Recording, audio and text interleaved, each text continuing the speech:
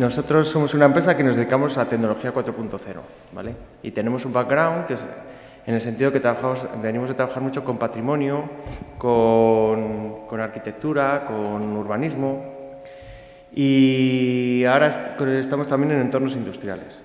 La parte buena de este cambio es que hemos pasado de un sector que es bastante complicado, como es el tema del patrimonio y el urbanismo y la ordenación del territorio, a la industria donde hay muchísimos más estándares y, por lo tanto, la posibilidad de trabajar de forma mucho más organizada.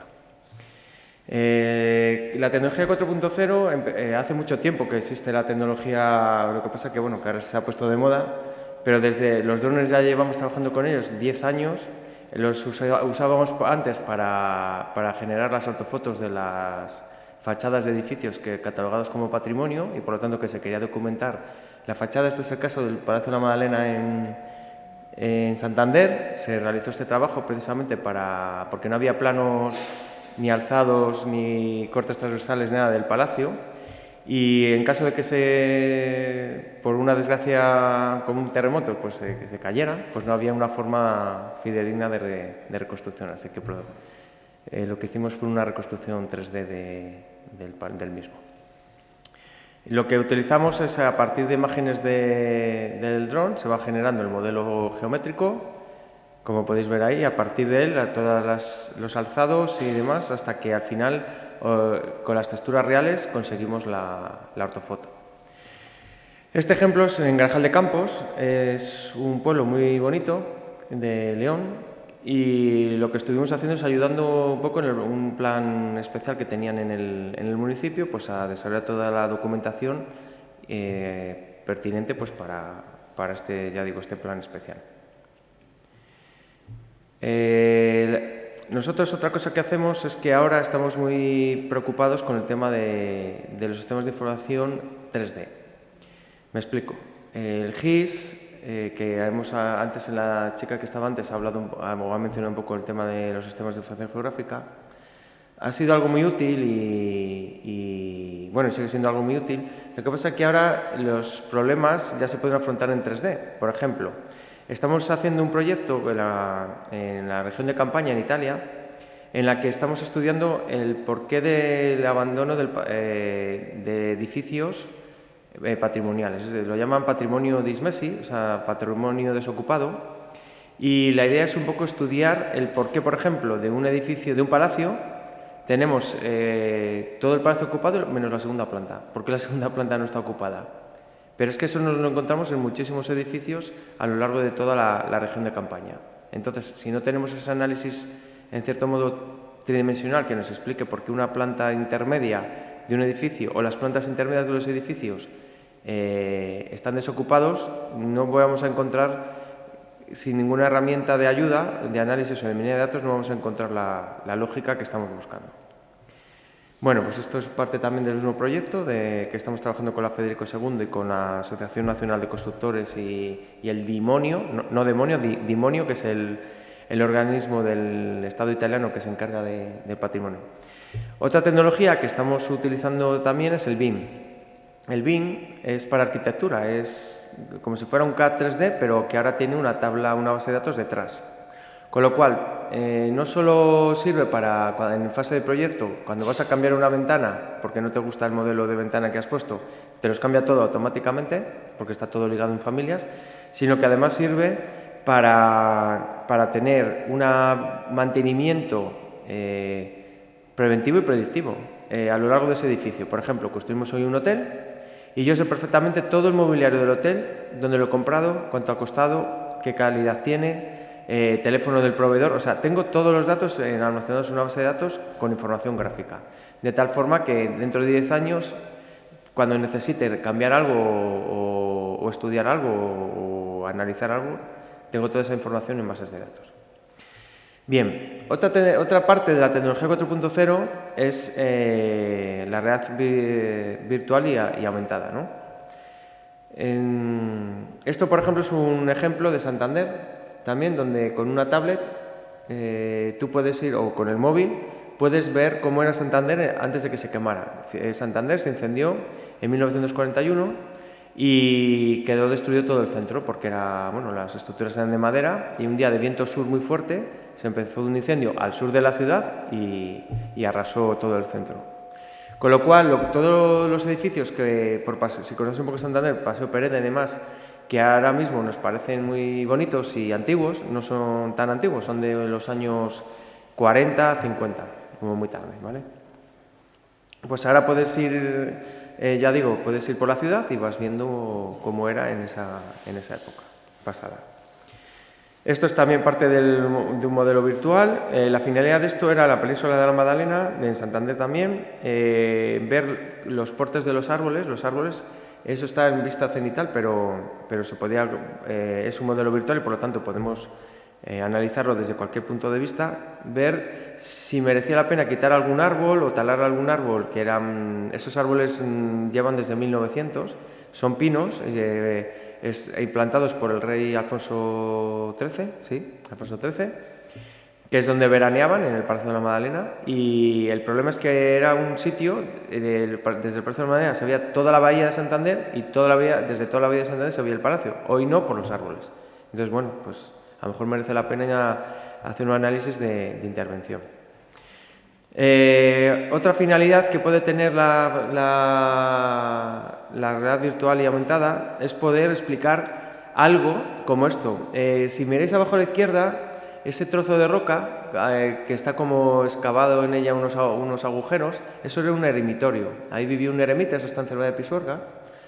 Y si no hacemos lo de la imagen principal o de la derecha, no se entiende por qué el de los agujeros y cómo funcionaba la vida del eremita. El eremita, bueno, en su momento pues fue conociendo gente y ganó adeptos hasta que se formó una congregación. Se fueron adosando distintas unidades o habitaciones a la roca principal donde vivió en un principio, hasta que eran tantos que eso se abandonó y se montó una colegiata. Colegiata que, por cierto, no existe, está derruida, pero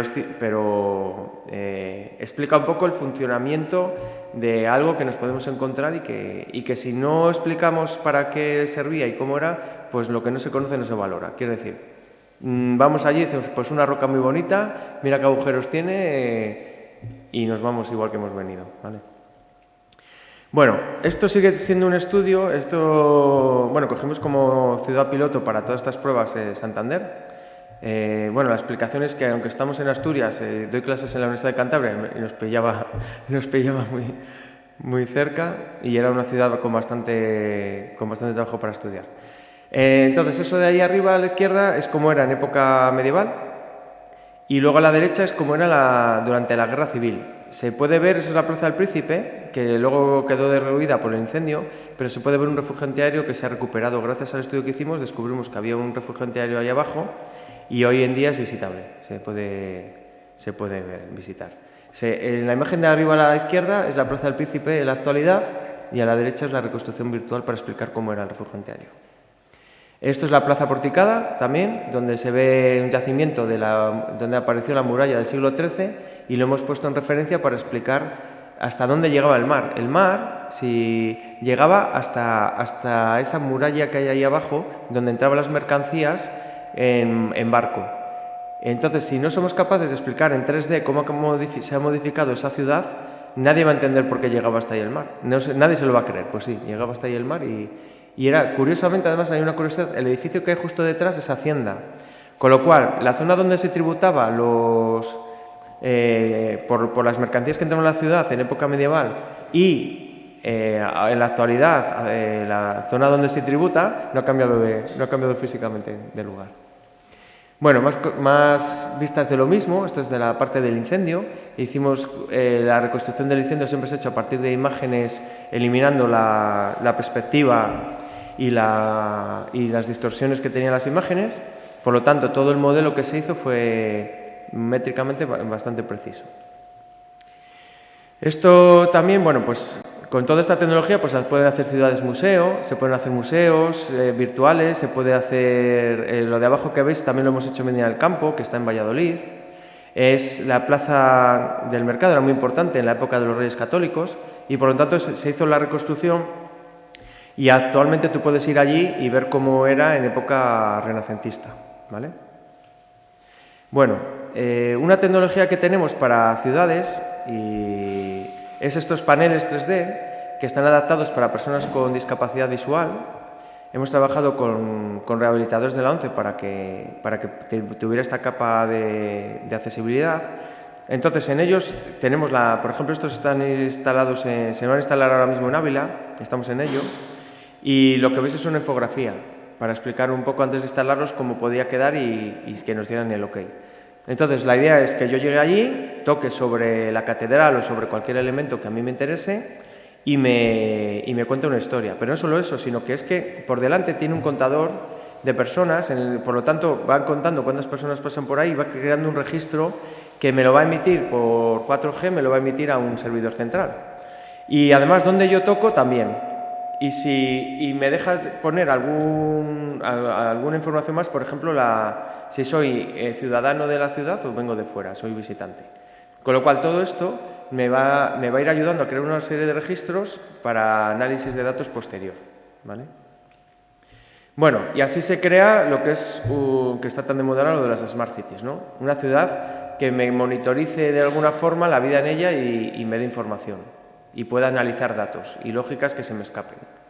No solo es los paneles que he contado, puede ser desde lo que es control de aparcamientos, control incluso se quiere controlar un poco los aforos de las ciudades, de las calles por la ciudad, mediante contar cabezas, por decirlo de alguna forma, contar caras o cabezas, de tal forma que sepa cuánta gente pasa por una calle, y un largo etcétera. Siempre con los problemas de privacidad y un largo etcétera, pero lo que se quiere es tener claro la idea de ciudad, ¿no? Cómo es mi ciudad, cómo se vive, para poder gestionarla mucho mejor.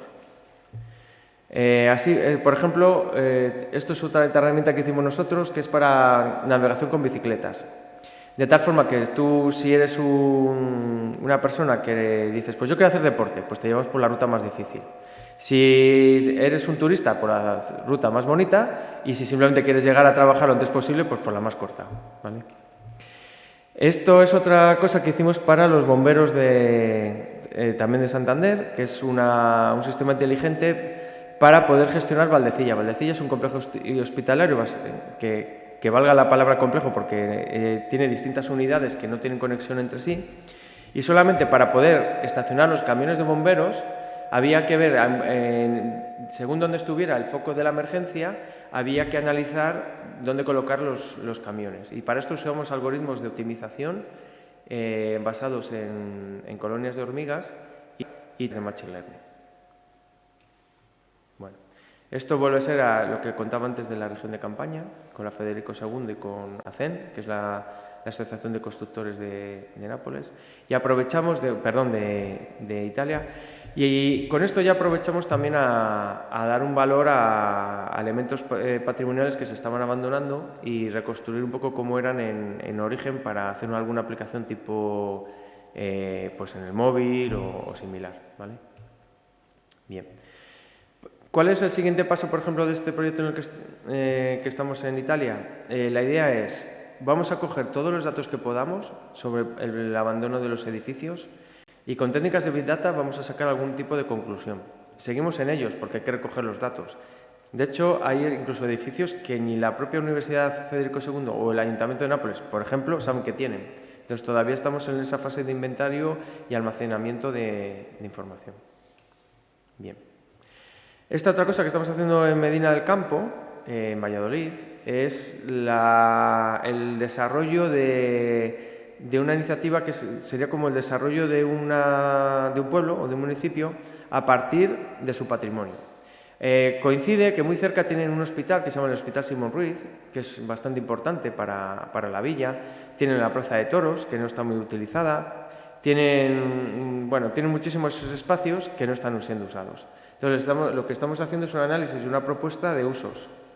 Y también conlleva muchísima monitorización. De hecho, ahora mismo estamos en el Simón Ruiz generando todo un BIM y explicando y reconstruyendo cómo era previamente ahora para un proyecto de rehabilitación. A partir de se rehabilitará, se creará un espacio de coworking, de empresas, de dinamización y es un intento de remover o revalorizar toda una comarca y por lo tanto un territorio, ¿vale? Territorio inteligente.